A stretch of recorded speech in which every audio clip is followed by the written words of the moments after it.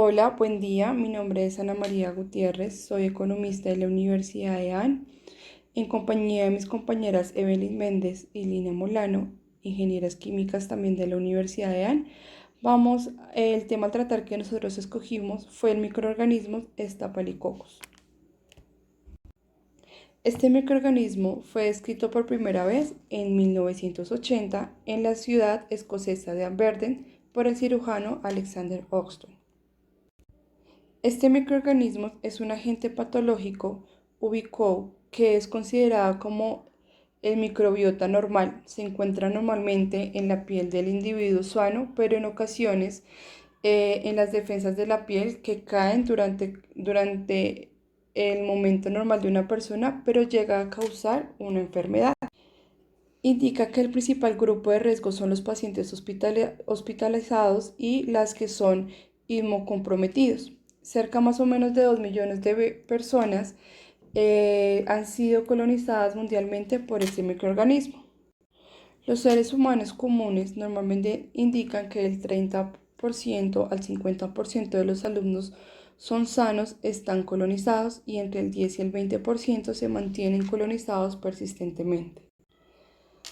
Esta bacteria forma parte de la microbia normal del ser humano y tiene colonización selectiva de narinas, entre el 20 y el 40% en adultos, donde los pliegues intertriginosos, periones, axilas y vaginas. No obstante, las personas que son colonizadas tienen un riesgo mayor de sufrir esas infecciones.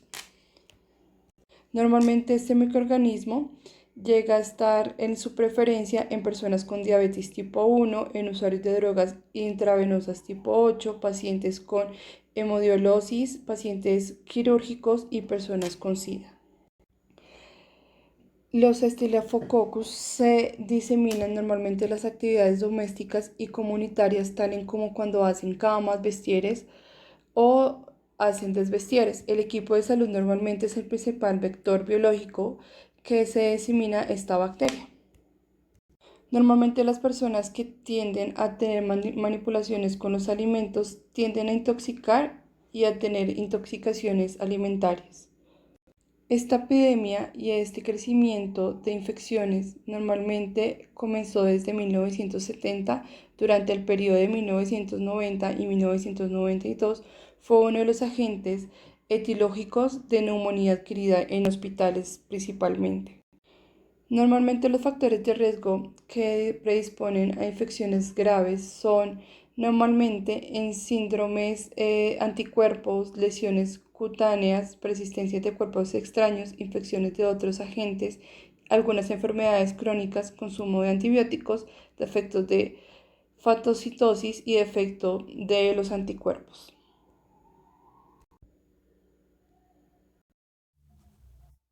Bueno, en cuanto a la utilidad, pudimos observar que entre las más relevantes están el mecanismo de resistencia de la Staphylococcus aureus a los diferentes tipos de antibióticos que existen actualmente, el impacto en las opciones terapéuticas y el resultado clínico, los factores de riesgo para adquirir MRSA.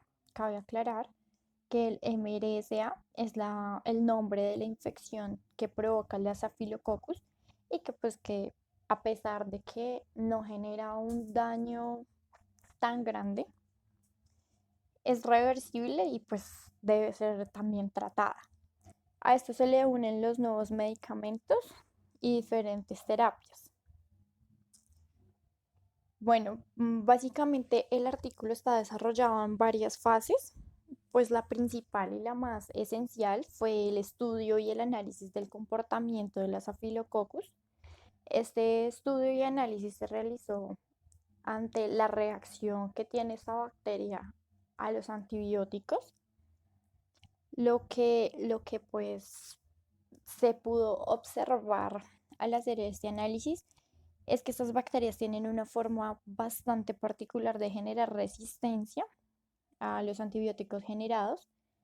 Esto pues gracias a que no solo nosotros somos los que vamos evolucionando a medida que va pasando el tiempo y a medida que se van inventando nuevas cosas, ni los medicamentos son quienes van evolucionando, sino que las bacterias también. Entonces lo que hacen es generar un cambio en su propia genética y poderse adaptar a una situación pues distinta, ¿sí? A medida que un medicamento se va suministrando y se va suministrando y se va suministrando, lo que va ocasionando es que las bacterias empiecen ya a verlo como algo común y se adapten a él, generen una resistencia un poco más natural. Por tanto, pues ya teniendo en cuenta lo anterior, es importante que los medicamentos también vayan evolucionando de la mano de cada una de las bacterias hasta que pues lleguen a un paso un poquito más adelante de las bacterias para poder controlar la infección que está generada y pues esta no vaya a generar ningún tipo de daño en las células, ya que pues las reproducciones de las bacterias son bastante rápidas. Eh, bueno, aunque la aparición, la aparición de la resistencia a los antibióticos es totalmente inevitable, lo que sí se puede hacer es que los medicamentos que se van generando nuevos, que van evolucionando, sean suministrados en una manera racional para que, estos mismos fármacos disminuyan la velocidad de reacción y la velocidad de producción o desarrollo de cada una de las bacterias y estén un poco más controladas.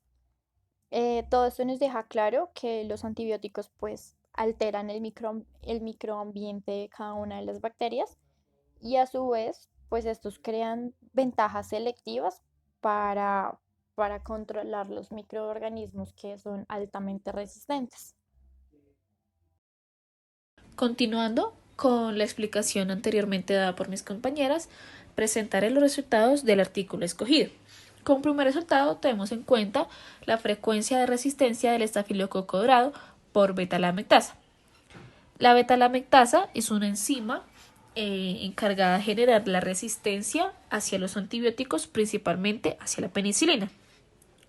Al principio de las investigaciones y estudios se determinó que el Staphylococcus aureus generaba una resistencia a la penicilina aproximadamente de un 60%, la cual fue incrementando a partir de los años y logró hasta un 90% de resistencia, en el cual se determinó que la penicilina no era efectiva para contrarrestar este tipo de bacteria.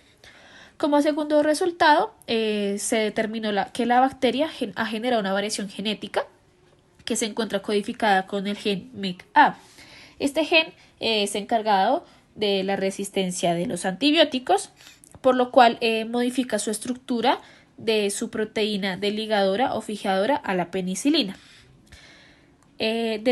Como tercer resultado, encontramos que la mayoría de los casos de los sujetos que se internan por una infección de MRSA, que es estafilococo resistente a la meticilina, se detecta por algún factor de exposición hospitalaria, debido a que este tipo de infección se genera a partir de sujetos internados anteriormente o familiares y cercanos a este tipo a estas personas expuestas, debido a que esta bacteria se genera en un ambiente hospitalario y se impregna hacia instrumentos como son catéteres, válvulas, entre otros. Y por último, que se han propuesto nuevos medicamentos funcionales como son la vancomicina, teicoplanina, linezolid, streptograminas y everninomicina. Este tipo de medicamentos tienen un mecanismo de acción que se basa en inhibir el paso de la síntesis de peptidoglucano de la pared celular para así poder romper su pared y degradar esta bacteria. Como conclusiones, de acuerdo al artículo presentado, tuvimos en cuenta tres principales. El primero es que el genoma bacteriano contiene complejas cadenas de genes que codifican la resistencia para uno o más antibióticos, encargado de la enzima beta-lactasa y del gen MECA, los cuales se inhiben se encargan de unirse al antibiótico y así evitar que éste pues realice su función.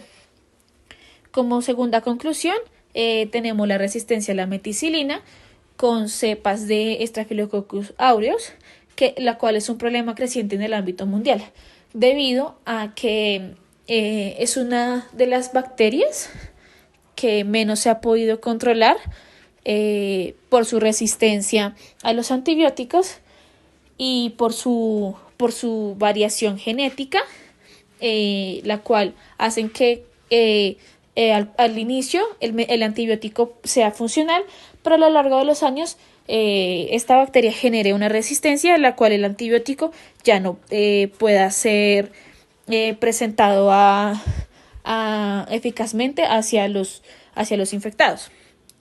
Y por última conclusión, y más importante, es que el mecanismo de acción de todos los antibióticos expuestos hacia contrarrestar este tipo de bacteria se encargan de inhibir el segundo paso de la síntesis del peptidoglucano de la pared celular, uniéndose a los precursores de la D-alanil y D-alanina, los cuales son unos aminoácidos de la barrera peptidoglucana.